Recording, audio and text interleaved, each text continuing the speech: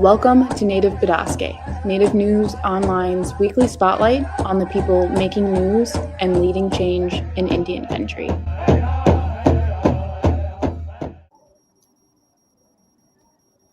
Welcome to another Native Bidaské. We have a very special guest today. The 54th Secretary of the Interior is with us today, and we've been covering her since she's been in office. And this was kind of, I'm not going to call it an exit interview, but maybe kind of an exit interview. And of course, if something happens between now and Inauguration Day, we'll have her back because she's all about doing her business. But Secretary Haaland, welcome to Native Bidaské. Good to see you. Good to see you, Levi. Thanks for having me. Hey, my pleasure. And hey, last week you appeared on Comedy Central. Now that you're leaving your secretarial role, is being a comedian in your future?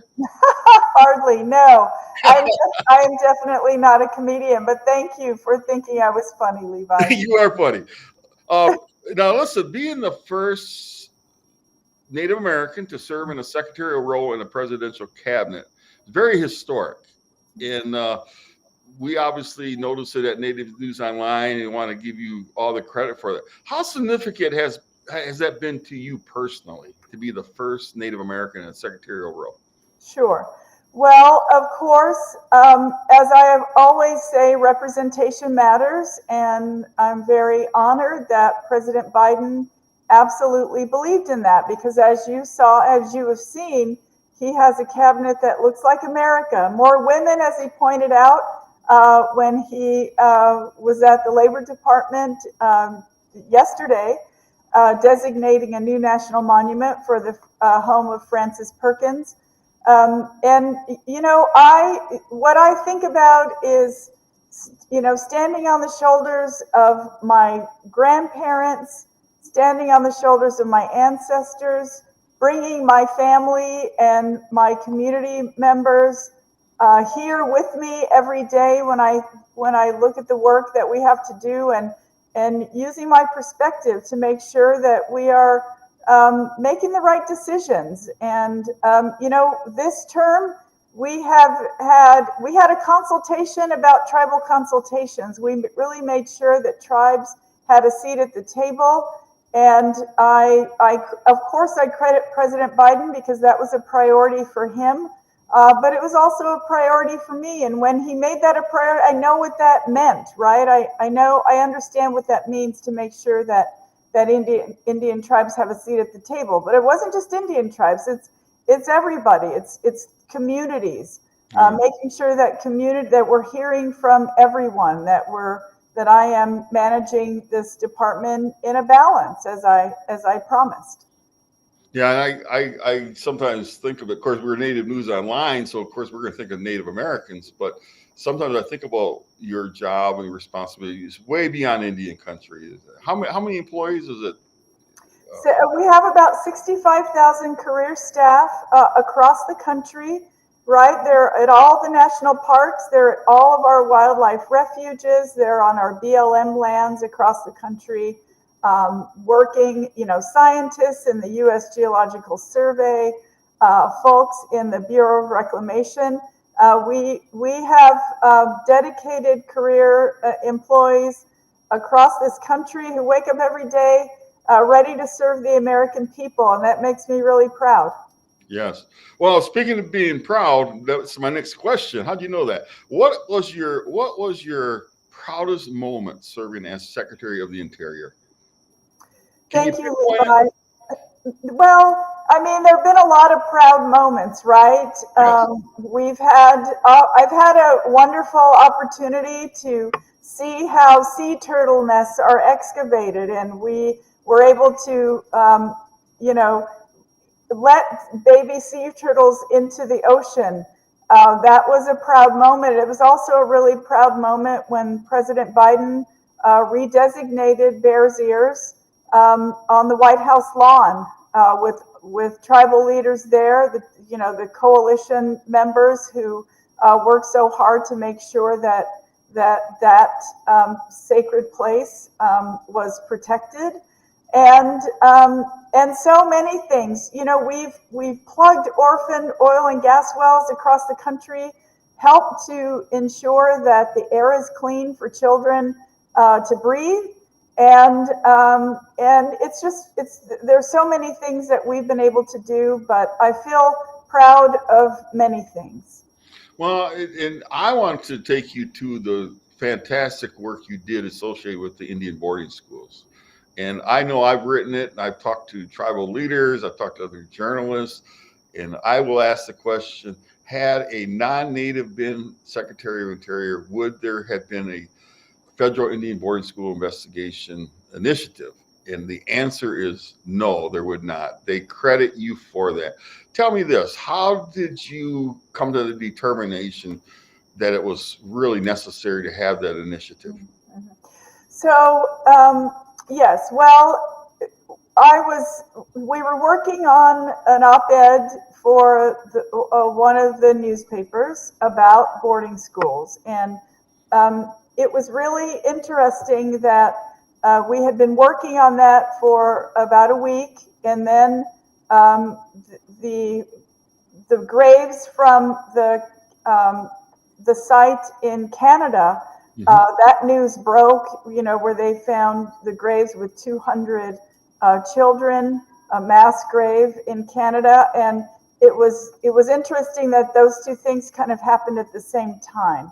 And so it made clear for us that we were on the right track. So I was able to publish the op-ed, and then shortly thereafter we said we need to do this. And so that's when the staff started working on the report. We visited the records location in Kansas. It's underground. I don't know if you've ever visited that place. There's thousands and hundreds of thousands of documents there. So many staff read through, as I mentioned in one of my speeches, 103 million documents to write those reports. And so once we started on that, it really became clear that it was something we need to absolutely finish. And so now we're working on the oral history part of it. As you probably know, the Native American Boarding School Healing Coalition is doing first-person interviews, and we'll make those also part of the oral history. Yeah, and I just want to applaud you for the work that you've done, and you and Assistant Secretary Brian Newland. As you know, we came to all those Road to Healing, and just seeing you even help bless the totem pole up in Anchorage was a moment that I just remember looking at your face, and you did it with such passion, and I just really appreciate what you did, and thank you so much for your service that way. There's no question the Biden-Harris administration was really presented with unprecedented funds available to Indian country. The people involved with the federal government was 80 to 90 people in high positions, including your own.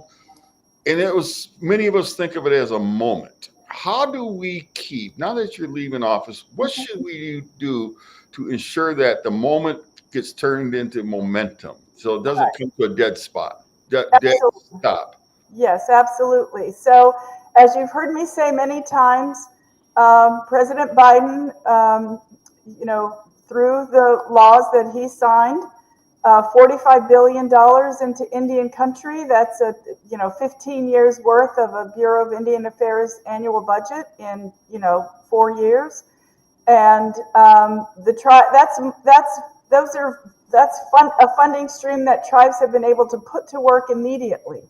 And I also want to remind you that I implemented the Secretary's Tribal Advisory Committee here. Yes. And they also wrote a list of recommendations that need to happen. The President Biden restarted the White House Council on Native American Affairs. That was an all-of-government approach to Indian country. And we implemented, President Biden had the Tribal Nations Summit every single year that he was in office. So I feel confident that tribes know what it's like to have a seat at the table, tribal leaders. And I want them to continue to have that seat at the table. They can do that. They have a voice that deserves to be heard.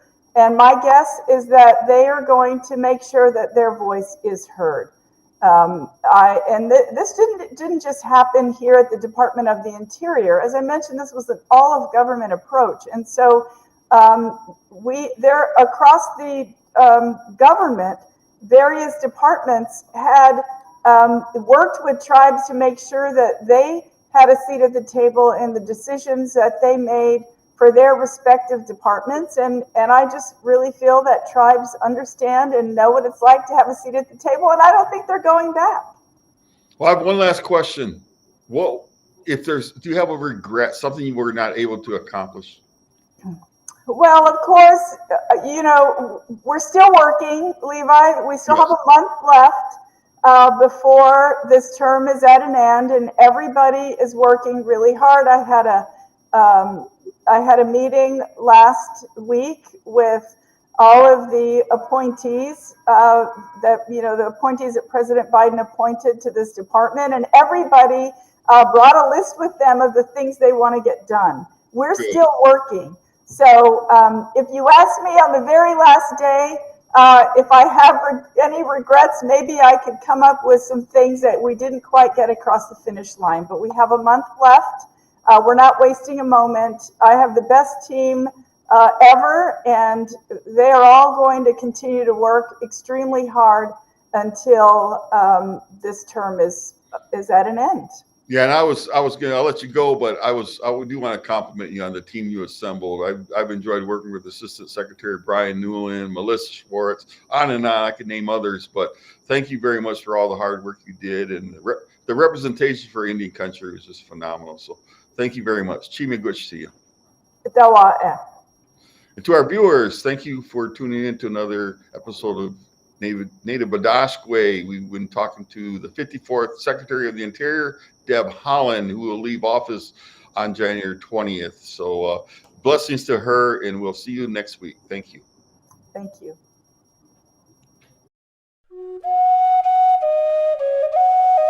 If you appreciate what we do here at Native News Online, we invite you to donate to support our continued work covering Indian country. You can scan this code with your smartphone or go to the link located below this video to donate today. We greatly appreciate your support. Please be sure to subscribe to our YouTube channel and follow us on Twitter, Facebook, and Instagram. And be sure to scan this code or go to the link below to subscribe to our newsletter. Thank you for joining us today, and please be sure to join us again next week for another episode of Native Bidaské. Chima Gwich.